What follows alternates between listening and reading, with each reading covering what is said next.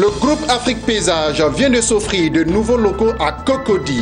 Cette action s'inscrit dans le cadre de la préservation et l'amélioration du réseau routier ivoirien. Autonomisation des collectivités locales, élément capital de la décentralisation. C'est le thème qui réunit depuis 48 heures à Abidjan les responsables administratifs des associations nationales des pouvoirs locaux d'Afrique francophone et de France.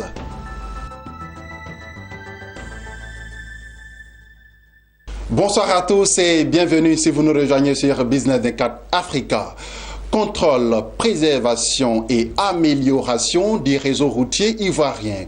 Le groupe Afrique Paysage vient de s'offrir de nouveaux locaux SIS à Cocody.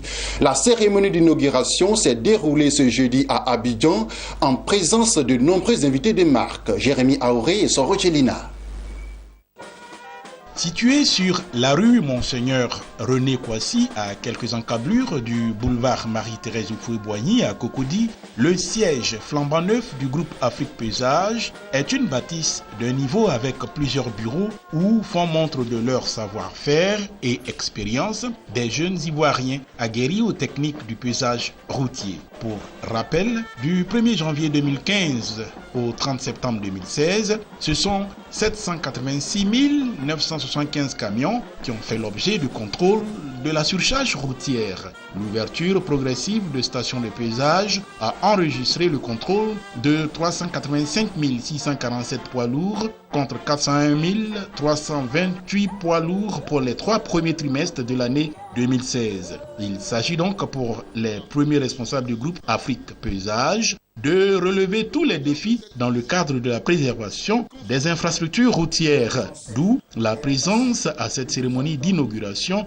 du secrétaire général de la présidence de la République de Côte d'Ivoire, le ministre d'État Amadou Gon Coulibaly et bien d'autres dignitaires en présence desquels les propriétaires terriens de Blocos ont imploré les MAN pour qu'ils intercèdent, non seulement pour éloigner les oiseaux de mauvais augure, mais en plus pour inonder les nouveaux locaux de bénédiction. Et ce n'est pas le directeur général qui en dirait le contraire. L'inauguration est le point de départ officiel de tout événement. Et je pense qu'il était important, au vu des autorités ivoiriennes qui devaient être représentées et présentes. Vous savez, ce n'est jamais facile. Et c'est une grande joie ce matin. Et c'est un ouf de soulagement. Les infrastructures routières, en fait, sont éternelles. On dit souvent qu'elles ont une durée de vie limitée à 10, à 15 ou 20 ans. Mais en fait, une infrastructure routière, comme on le voit en Europe, est une infrastructure pérenne. Et donc, c'est les produits d'entretien. C'est la politique d'entretien de ces infrastructures qui en constitue le socle de la durabilité. Nous intervenons dans les principales villes qui sont Bonoa, Yamoussoukro, à Niama, Ouangolo, à Lokwa, où nous maîtrisons pour le compte de l'État ivoirien, avec la bénédiction du Fonds d'entretien routier. Nous travaillons avec les États. Dans le cadre de l'UEMOA, nous sommes partenaires de l'UEMOA, également de l'Union européenne. Et nous sauvegardons les routes par le contrôle de la charge à l'essieu. Satisfaction. On a commencé il y a une décennie à se battre pour que cela soit réel. Voilà que la réalité est sous nos yeux et nous pensons que désormais ça fera partie du paysage ivoirien. Et cette approche d'Afrique Paysage, aux côtés du Fonds d'entretien routier, ne peut que renforcer notre assertion selon laquelle la route précède le développement et la route de ce fait doit pouvoir exister et être sûre. Alors, l'association des fonds d'entretien routier d'Afrique compte 38 pays maintenant, mais au niveau du règlement 14 de l'UEMOA, ça concerne uniquement les pays de l'UEMOA et de la CEDEAO, mais sinon l'ensemble des pays d'Afrique ont réellement besoin de protéger leur infrastructure routière, parce que sans ça, il ne peut pas y avoir de développement fort, sans route qui permet le développement économique. Même si des efforts se doivent d'être accentués après 2 années d'exercice, l'exploitation des stations de paysage par Afrique Paysage a donné des résultats satisfaisants dans le cadre de la baisse de l'incidence de la surcharge routière de 5,5 points de pourcentage en général et la réduction de l'extrême surcharge de 3,6 points de pourcentage en particulier.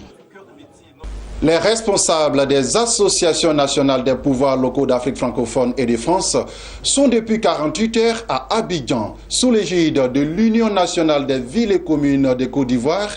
Ils participent à une rencontre autour du thème autonomisation des collectivités locales, élément capital de la décentralisation. Les expériences de la Côte d'Ivoire, du Madagascar et de la France ont été partagées avec l'auditoire. Les expériences diffèrent d'un pays à un autre. Lawani Babatunde et Marie Seri.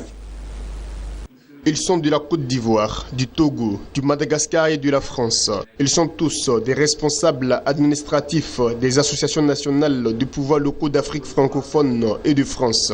À l'invitation de l'Union des villes et communes de Côte d'Ivoire, UVIC, ils sont venus partager les expériences de leurs pays respectifs en matière d'autonomisation des collectivités locales comme un gage d'une décentralisation effective. Si dans certains pays, l'autonomisation est une réalité, sous d'autres cieux, par contre, cela demeure encore un mythe. J'ai envie de dire qu'il y a autonomie. L'autonomie est consacrée, mais bien entendu, dans l'exercice des attributions des collectivités, il y a des freins à cette autonomisation. Si l'État a accepté de transférer des compétences aux collectivités, aux communes, donc que l'État accepte également de transférer les moyens d'accompagnement, les ressources financières, les ressources humaines, tout ce qui peut permettre aux maires et aux élus, en un mot, de jouer pleinement leur rôle. Nous avons un cadre réglementaire qui est bien mis en place concernant l'autonomisation des collectivités territoriales décentralisées. Toutefois, dans la pratique et puis dans la réalisation quotidienne au jour le jour par les maires, on se rend compte qu'il y a beaucoup de blocages, que ce soit institutionnel ou vraiment personnel par rapport aux autres agents de l'État qui devraient collaborer avec les maires et qui fait que cette autonomisation n'est pas encore parfaite, mais il y a beaucoup à améliorer là-dedans. Les collectivités, elles font partie de l'État en quelque sorte. Elles ne sont pas des entités opposées à l'État. Elles contribuent également, les collectivités locales, à l'intérêt général aux côtés de l'État, au profit de tous nos concitoyens, dans l'exercice des missions publiques, du service public. Donc, vous voyez, c'est cet équilibre entre une très grande autonomie, mais aussi l'exigence de responsabilité, de respecter l'état de droit. On doit être davantage dans une logique de complémentarité, de collaboration entre ces entités, plutôt que dans une logique d'opposition. Ce n'est pas Marseille contre Paris, c'est Marseille et Paris. Chaque jour, il nous faut conforter les libertés locales et créer un climat, je dirais, de respect mutuel entre l'État et ses partenaires que sont les collectivités locales.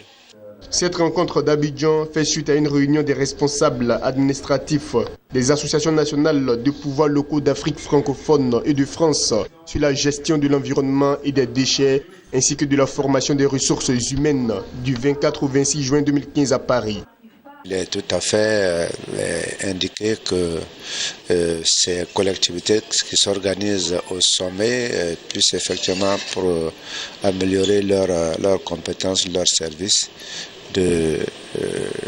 d'échanger et d'aller donc à tous les niveaux pour permettre la coopération, une coopération décentralisée et de plus en plus forte, profitable aux différentes collectivités.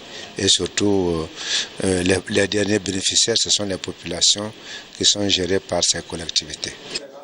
À l'instar des premières rencontres des responsables administratifs des associations nationales de pouvoirs locaux d'Afrique francophone et de France, cette 4e assise d'Abidjan devrait permettre la consolidation du cadre de concertation en matière de décentralisation et de développement local. La suite de cette édition en bref et en images. Et rendons-nous tout de suite en RD Congo, où selon la Banque centrale, la décision de dissolution de la Banque internationale pour l'Afrique au Congo, BIAC, par ses actionnaires, est nulle et de nul effet. L'institution invoque un vice de procédure et une violation de la législation. Dès qu'une banque est mise sous administration de la Banque centrale, personne n'a le droit de la liquider, y compris les actionnaires ou les tribunaux du commerce, a déclaré à l'AFP et Planté Kibida, porte-parole du gouvernement de la BCC. Toujours en bref, la Corée du Sud vient de s'engager à concéder des prêts consignationnels d'un montant total de 155 millions de dollars pour des projets de développement en Ouganda, au Kenya, en Éthiopie et en Tanzanie. Séoul fournira 50 millions de dollars à l'Éthiopie pour le développement de son parc agro-industriel. L'Ouganda recevra 30 millions de dollars pour booster son agriculture et préserver ses ressources forestières, tandis que 25 millions iront dans les ressources hydriques au Kenya. C'est ici que se referme ce journal. Merci de nous avoir suivis. L'information continue sur Business 24 Africa, la première chaîne panafricaine d'information économique.